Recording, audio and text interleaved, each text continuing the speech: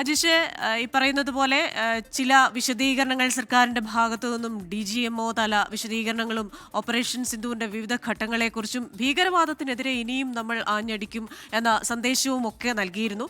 അത്തരത്തിലുള്ള ഏതെങ്കിലും വിശദീകരണങ്ങൾ ഇന്നുണ്ടാകുമോ? ഒപ്പം തന്നെ ഈ പറയുന്നത് പോലെ അമേരിക്കയുടെ ഒരു മധ്യസ്ഥത എന്ന് പറയുന്ന ആ ഒരു വിഷയത്തിൽ ചില ചോദ്യങ്ങൾ പ്രതിപക്ഷമടക്കം ഉന്നയിക്കുന്നുണ്ട്.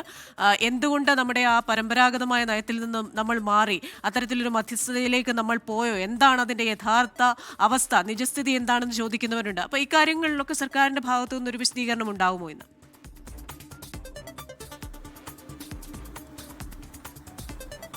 നിലവിൽ അത്തരത്തിലുള്ളൊരു വിശദീകരണം നടത്തുമോ എന്നുള്ള കാര്യം സർക്കാർ ഉറപ്പ് പറയുന്നില്ല. പക്ഷേ കോൺഗ്രസ് അടക്കമുള്ള പ്രതിപക്ഷ സംഘടനകൾ ഒരു സർവകക്ഷി യോഗം വിളിച്ചു ചേർക്കണമെന്ന്, അല്ലെങ്കിൽ ഒരു പാർലമെന്റ് പ്രത്യേക സെഷൻ വിളിച്ചു ചേർക്കണമെന്നും ഏപ്രിൽ 22 തൊട്ട് മെയ് 10 വരെ എന്തൊക്കെയാണ് നടന്നത്, ആർമിയുടെ ഓപ്പറേഷൻസ് എന്തൊക്കെയായിരുന്നു, മധ്യസ്ഥതല ചർച്ച, അതിനെക്കുറിച്ചുള്ള വിശദീകരണം, അങ്ങനെ പൂർണ്ണമായും എല്ലാ കാര്യങ്ങളും പ്രത്യേക സെഷൻ വിളിച്ച് ചർച്ച ചെയ്യണമെന്നും പ്രധാനമന്ത്രി അതിനെക്കുറിച്ച് മറുപടി പറയണമെന്ന് ആവശ്യപ്പെട്ടിട്ടുണ്ട്. നിലവിൽ എന്തായാലും സർക്കാർ അത്തരത്തിലൊരു പ്രത്യേക പാർലമെന്റ് സെഷൻ വിളിച്ച് ചേർക്കുന്ന കാര്യത്തിലൊന്നും ഒരു തീരുമാനമെടുത്തിട്ടില്ല. മാത്രമല്ല പ്രധാനമന്ത്രി ഇതിനെക്കുറിച്ച് പ്രത്യേകം ഒരു വാർത്താ സമ്മേളനം നടത്തി അല്ലെങ്കിൽ രാജ്യത്തെ അഭിസംബോധന ചെയ്ത് സംസാരിക്കുന്നതിനെക്കുറിച്ചും ഇതുവരെയും തീരുമാനമൊന്നും എടുത്തിട്ടില്ല. നിലവിൽ എന്തായാലും ഓപ്പറേഷൻ സിന്ദൂർ തുടരുന്നൊരു പശ്ചാത്തലത്തിൽ ഈ ആർമി തലത്തിൽ ഒരു ചർച്ച നടക്കാനാണ് നിലവിൽ സാധ്യത. അത്തരത്തിലുള്ള ചർച്ചകൾക്ക് ശേഷം ഇത് പൂർണ്ണമായും ഡി എസ്കലേറ്റ് ചെയ്തു എന്ന് പറഞ്ഞ ശേഷം മാത്രമേ, അല്ലെങ്കിൽ അങ്ങനെ ഒരു സാഹചര്യം വന്ന ശേഷം മാത്രമേ പ്രധാനമന്ത്രി അല്ലെങ്കിൽ ഭരണത്തിലുള്ളവർ ഒരു പ്രത്യേക പാർലമെന്റ് സെഷൻ വിളിച്ചു ചേർത്ത് അതിനെക്കുറിച്ച് കൂടുതൽ വിശദീകരണം നൽകുകയുള്ളൂ. നിലവിൽ എന്തായാലും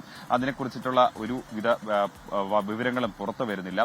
നിലവിൽ പ്രതിപക്ഷമടക്കമുള്ള കഴിഞ്ഞ ദിവസം ശശി തരൂർ അടക്കമുള്ളവർ ഈ രാജ്യം യുദ്ധം ആഗ്രഹിച്ചിരുന്നില്ല, അല്ലെങ്കിൽ ഇത്തരത്തിലുള്ള ഒരു സമീപനത്തിലേക്ക് പോകാൻ ആഗ്രഹിച്ചിരുന്നില്ല. അതുകൊണ്ട് തന്നെ അമേരിക്കയുടെ മധ്യസ്ഥതല ചർച്ചയും ഇന്ത്യയുടെ സീസ് ഫയറും അത് സ്വാഗതം ചെയ്യുന്നു പറഞ്ഞിരുന്നു. പക്ഷേ കോൺഗ്രസിന്റെ മറ്റ് അംഗങ്ങളൊക്കെ തന്നെ അതിൽ വിപരീതമായിട്ടുള്ള ഒരു നിലപാടായിരുന്നു സ്വീകരിച്ചത്. അവർ ഇന്ദിരാഗാന്ധിയുടെ ചിത്രമൊക്കെ ഉയർത്തി കാണിച്ചുകൊണ്ട് 1971 യുദ്ധവും ഒപ്പം തന്നെ സിംല കരാറിന്റെ ലംഘനമൊക്കെ നടന്നിട്ടുണ്ട് എന്നൊക്കെ ഉള്ള വലിയ രീതിയിലുള്ള സോഷ്യൽ മീഡിയയിലെ വിമർശനമൊക്കെ സർക്കാരിനെതിരെ നടത്തുന്നുണ്ട്. എന്തായാലും പ്രതിപക്ഷത്തിന്റെ ഭാഗത്തുനിന്ന് ഒരു ഭാഗത്ത് വിമർശനം നടത്തുമ്പോൾ സർക്കാർ ഇക്കാര്യത്തിൽ ഒരു വിശദീകരണം നൽകാൻ ഇതുവരെയും തയ്യാറായിട്ടില്ല. എന്തായാലും പാർലമെന്റ് സെഷനൊക്കെ വൈകാതെ വിളിച്ചു ചേർത്ത് സർക്കാർ ഇക്കാര്യത്തിൽ ഒരു വിശദീകരണം നൽകുമെന്ന് പറയുന്നുണ്ട്. കഴിഞ്ഞ ദിവസം ഈ പ്രതിരോധ സേനയുടെ സംയുക്ത വാർത്താ സമ്മേളനം, പ്രതിരോധ സേനയുടെ DGMOയുടെ വാർത്താ സമ്മേളനം ഉണ്ടായിരുന്നു. അതിൽ ഈ ഓപ്പറേഷൻ സിന്ദൂർ അത് എന്തിനു വേണ്ടിയാണെന്നൊക്കെ വിശദമായി അദ്ദേഹം പറഞ്ഞിരുന്നു. കാരണം ഏപ്രിൽ 22 നടന്ന തീവ്രവാദ ആക്രമണം, അതിൽ നിരപരാധികളായ സാധാരണക്കാരായ വിനോദസഞ്ചാരികൾക്ക് ജീവൻ നഷ്ടമായി.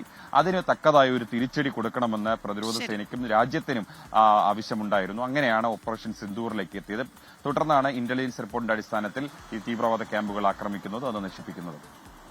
ശരി, ഡൽഹിയിൽ നിന്നുള്ള വിശദാംശങ്ങൾ നൽകുകയായിരുന്നു അജീഷ് ജയകുമാർ.